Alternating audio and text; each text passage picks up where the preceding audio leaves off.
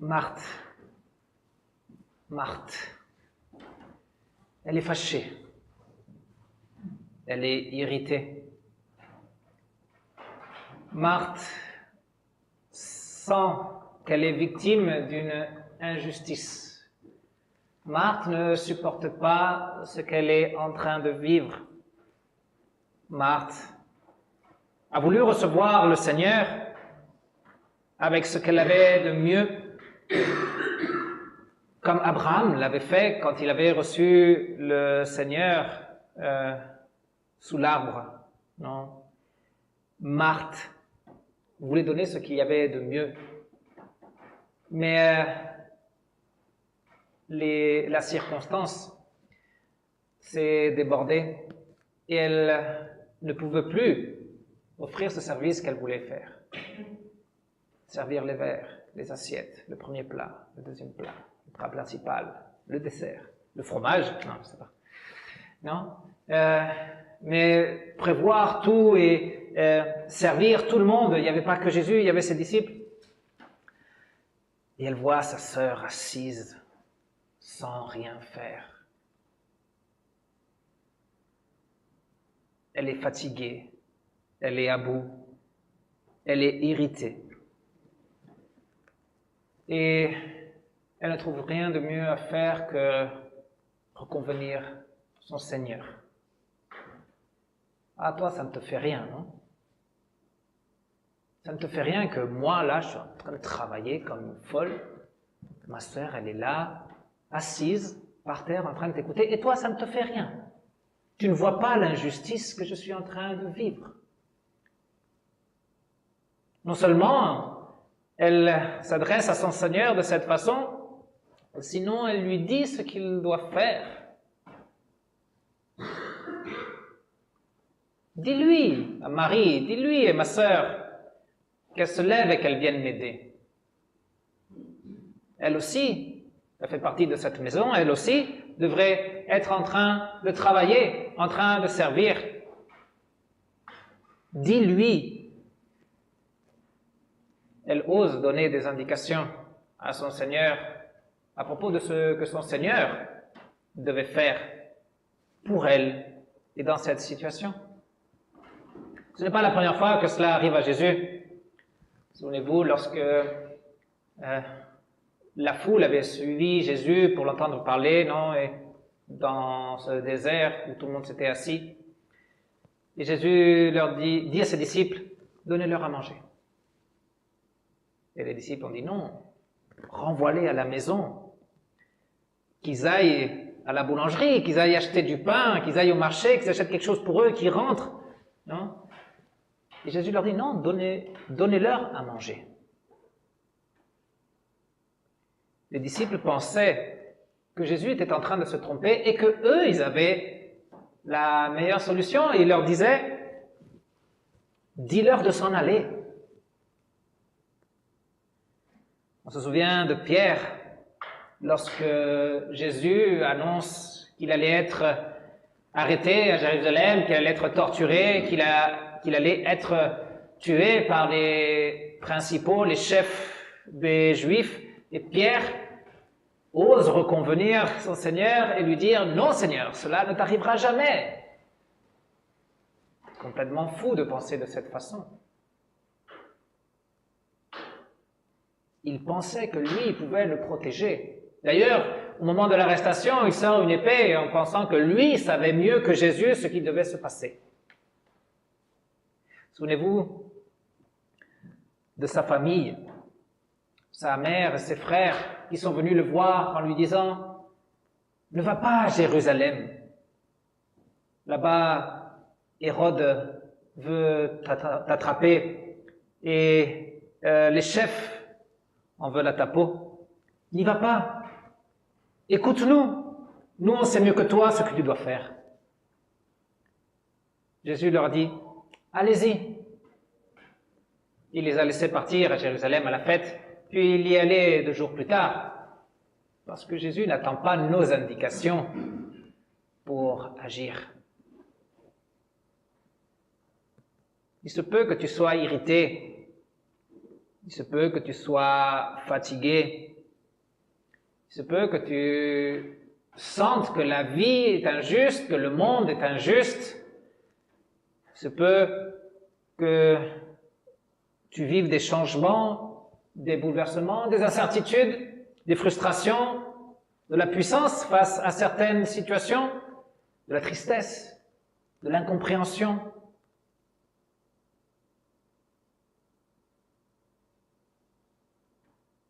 Lorsqu'on vit ces situations, on pense un peu comme Marthe. On lève notre poing et on dit « Seigneur, ça ne te fait rien. Ça ne te fait rien que moi, ton serviteur fidèle, je sois en train de passer à travers cette situation. Moi, qui te loue et qui te cherche constamment dans ta parole, moi, ton bien-aimé, doivent subir cette souffrance. » On ose s'approcher de notre Seigneur et lui dire ce qu'il doit faire. Dis-lui à Marie de se lever, de m'aider, ou fais en sorte que cette situation puisse terminer, fais en sorte que cette possibilité puisse s'ouvrir. Et bien sûr, Jésus nous appelle à la prière et nous prions. Mais une chose, c'est prier, et autre chose, c'est vouloir indiquer au Seigneur ce qu'il doit faire. Une chose, c'est supplier pour une situation en particulier en demandant que ce soit sa volonté. Et autre chose, c'est indiquer cette situation et lui dire « Seigneur, fais ma volonté. Que ma volonté soit faite ici. Change ceci, change cela. Fais ceci avec lui, fais ceci avec elle. »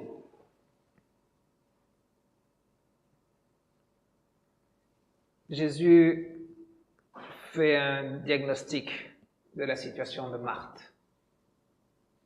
Tu es inquiète, tu es agité à cause de tout ce qui t'arrive. Et c'est toi-même qui t'es mis dans ce pétrin. Mais peu importe que ce soit toi-même qui sois mis dans ce pétrin ou que ce soit quelqu'un d'autre qui t'ait mis, pas besoin de s'inquiéter, de s'agiter de cette façon. Jésus a reconnu ce qu'il arrivait à Marthe. Il n'est pas juste resté sur ce qu'elle a dit. Il n'a pas juste dit « tu ne dois pas me parler de cette façon ». Non, il a reconnu qu'il y avait quelque chose qui l'a troublé. Et il voulait l'accompagner, l'apaiser, la réconforter dans cette chose qui l'a troublée. Et non seulement la corriger sur la façon de s'adresser à son Seigneur. Donc il signale ce dont elle a besoin. La bonne part. La parole de son Seigneur. Se nourrir de cette parole. L'écouter, la prendre, la saisir, la boire, la manger. Recevoir le service du Seigneur. C'est ça dont elle avait besoin. C'est ça qui allait l'apaiser. C'est ça qui allait faire changer sa situation. Est-ce que Jésus pourrait diagnostiquer ce qui nous arrive? Je pense qu'on est tous dans des situations différentes. On n'est peut-être pas dans cette même inquiétude, cette même agitation que Marthe. Je ne vois personne en train de transpirer, de trembler maintenant à cause de toutes les choses qu'elle doit faire. Mais on a tous quelque chose dans notre cœur qui pèse. Des situations nouvelles, des situations anciennes qu'on traîne avec nous depuis longtemps. Le miroir de la parole de Dieu nous montre aussi quelles sont nos faiblesses, au cas où on ne s'en rendrait pas compte tout seul. Et dans le miroir de la loi, notre Seigneur fait un diagnostic de ce qui nous arrive. Et lui voit exactement quelles sont ces choses qui nous troublent et quels sont nos manques, nos faiblesses. Il sait que ces faiblesses sont toutes différentes. Aujourd'hui, chacun de nous vit des événements différents, se préoccupe, s'inquiète pour des choses différentes. Mais Jésus donne une même proposition à tous. Une même solution à tous. La parole, son service. Les moyens à travers lesquels il transmet sa grâce. La Sainte Seine, là où le Seigneur va nous accorder d'une façon personnelle et particulière à chacun de nous le don de sa grâce, le pardon, la vie, le renouvellement, l'adoption. Il nous diagnostique et il nous signale exactement ce dont on a besoin. Et ce dont on a besoin, peu importe ce qui nous arrive, c'est lui. Nous avons besoin du Seigneur. Comme il le sait, il se donne afin que nous puissions le recevoir. Jésus répond « Non. Non, Marthe. Je ne vais pas faire ce que tu veux. Non, Marthe. Je ne vais pas dire à Marie de se lever et d'aller t'aider. Non, je ne vais pas lui dire d'arrêter de se nourrir de la parole de Dieu pour quelconque service qu'elle puisse prêter. Marie restera là où elle est. C'est pas Marie qui doit changer, c'est Marthe qui doit changer.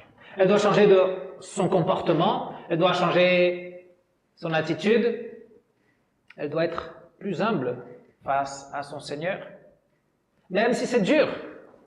C'est dur de reconnaître qu'on est dans l'erreur, c'est dur de reconnaître que c'est nous qui devons changer, que c'est pas l'autre, c'est dur de modifier son attitude, son comportement, c'est dur de s'humilier. Mais si on ne veut pas vivre dans ce sentiment d'injustice, si on ne veut pas vivre dans l'incertitude, la frustration, l'incompréhension, si on ne veut pas vivre attristé, agité, inquiété, alors il faut faire face à la situation d'une autre façon. Avec foi, avec le Christ. L'apôtre écrit, et nous avons commencé notre culte avec ce verset, il faut que vous restiez fondés et inébranlables dans la foi, sans vous détourner de l'espérance de l'évangile que vous avez entendu. Marthe devait changer et devait aller vers le Christ et vers l'évangile et fonder sa foi pour rester, demeurer en lui inébranlable. Ne pas se détourner de cet évangile afin de ne plus être dans l'inquiétude et dans l'agitation. Jésus répond non. Souvent, Jésus répond non à nos prières. Chacun de nous, on a fait l'expérience. Nous avons demandé d'innombrables choses pour nous, pour notre prochain, pour l'Église, pour quelqu'un dans le besoin. Et le Seigneur a répondu non.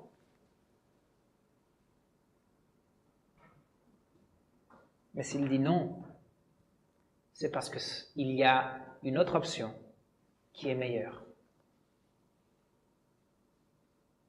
Pendant des mois, nous avons prié pour Jean, le frère de Farah, afin qu'il guérisse. Le Seigneur a décidé qu'il quitte ce monde et qu'il aille à ses côtés. Il nous a dit non. Mais c'était mieux.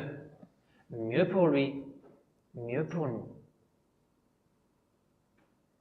Ce qu'il fait, ce qu'il décide, c'est mieux que ce que nous pouvons penser. On n'a pas besoin de le récriminer. Lorsqu'on vit cette situation, on n'a pas besoin de dire « ça ne te fait rien, Seigneur », mais bien sûr que ça lui fait. Bien sûr qu'il est compatissant et miséricordieux et il nous voit et il ne veut pas qu'on souffre, mais il sait que certains chemins ne sont pas les meilleurs et que le chemin que lui, il propose aura la meilleure solution, nous mènera à cette meilleure solution. Ce n'est pas lui qui doit changer. Ce n'est pas lui qui doit modifier son comportement, sa façon d'agir. C'est moi. Et si je pense que je n'ai rien à changer en moi, alors je suis un aveugle. Je dois ouvrir la parole du Seigneur et voir dans ce qui est révélé, voir dans ce que Dieu attend de moi, ce que je dois modifier. Alors, face à la situation qui m'inquiète et qui agite mon cœur, sachant que Dieu est en train de choisir la meilleure solution et en sachant que moi, je dois modifier certaines attitudes et mon comportement, alors je pourrai rester fondé et inébranlable dans la foi, dans la confiance, dans la fidélité.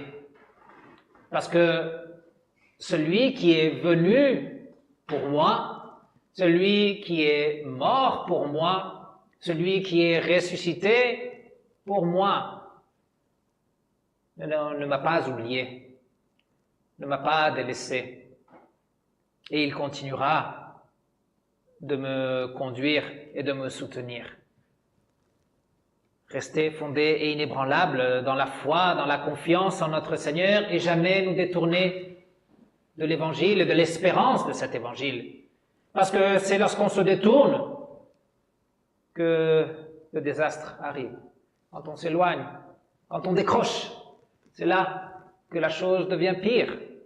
Parce qu'en plus de cette situation qui nous agite et qui nous inquiète, nous nous séparons de la meilleure solution, la solution de notre Seigneur. Notre Seigneur nous invite à choisir aujourd'hui la bonne part. Il nous invite à venir à lui humblement, à son service, à ce qu'il a à nous donner. Nous venons aujourd'hui à lui en renonçant à le critiquer et à lui dire ce qu'il doit faire. Nous venons pour recevoir ce qu'il a à nous donner, parce que ce qu'il donne, personne ne peut nous le prendre, personne ne peut nous l'enlever. Ce qu'il nous donne dans son corps et son sang, dans le pain et le vin, c'est le pardon, c'est la réconciliation, c'est l'adoption en tant qu'enfant de Dieu. Et ce qu'il te donne, c'est exactement ce dont on a besoin. Et seulement lui peut le donner. Est-ce que ce que Jésus va me donner dans son service va résoudre mes problèmes? Moi, j'ai plutôt besoin de son intervention. Dis-lui qu'elle bouge, qu'elle fasse, qu'elle vienne. Fais ceci, fais cela, change ceci, change cela, et après, moi, je vais venir te louer et te rendre grâce. Ce que Jésus nous offre va faire plus que résoudre nos problèmes. Je ne sais pas exactement comment il va résoudre ce problème, mais ses promesses sont certaines. Avec l'épreuve vient la sortie de l'épreuve. Ceux qui aiment Dieu sont éprouvés, certes, mais Dieu les fortifie, Dieu les soutient dans leur esprit, afin qu'ils puissent surmonter cette épreuve, afin qu'ils puissent la vivre en toute confiance.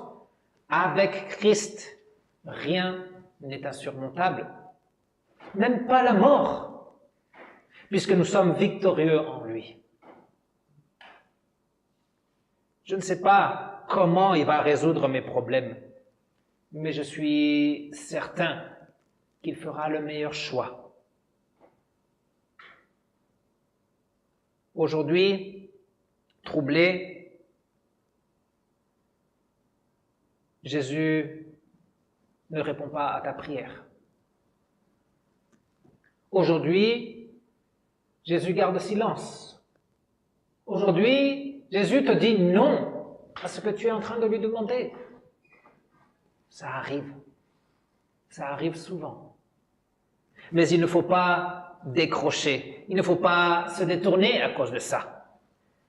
Demande-toi plutôt, cela ne te fait rien d'être dans cet état, toi qui es un enfant de Dieu? Non, changeons le sens de la question et posons-la à nous-mêmes. Ça ne te fait rien de critiquer ton Seigneur, celui qui est venu et qui a démontré son amour inconditionnel pour toi sur la croix. Ça ne te fait rien de douter de cet amour. Ça ne te fait rien de penser qu'il t'oublie, qu'il te lâche, qu'il est méchant avec toi. Ça ne te fait rien de te détourner de sa parole. Alors, dis-toi, arrête de t'irriter. Arrête de t'agiter. Arrête de t'inquiéter comme ça. Parle à ton âme. Dirige-toi à toi-même. Et s'il faut reconvenir quelqu'un, que ce soit ton esprit, prends la bonne part. Cherche cette bonne part.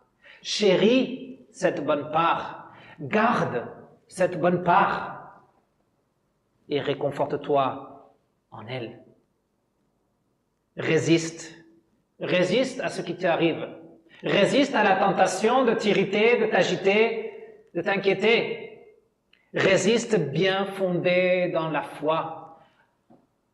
Saisis le Christ et en lui, tu seras inébranlable. Résiste et que rien ne te détourne de lui, que rien ne te détourne de son évangile. Je finis avec ce verset de Matthieu 6, verset 33. Vous le connaissez tous. Cherchez d'abord le royaume de Dieu et sa justice, et tout le reste vous sera donné en plus. Résiste.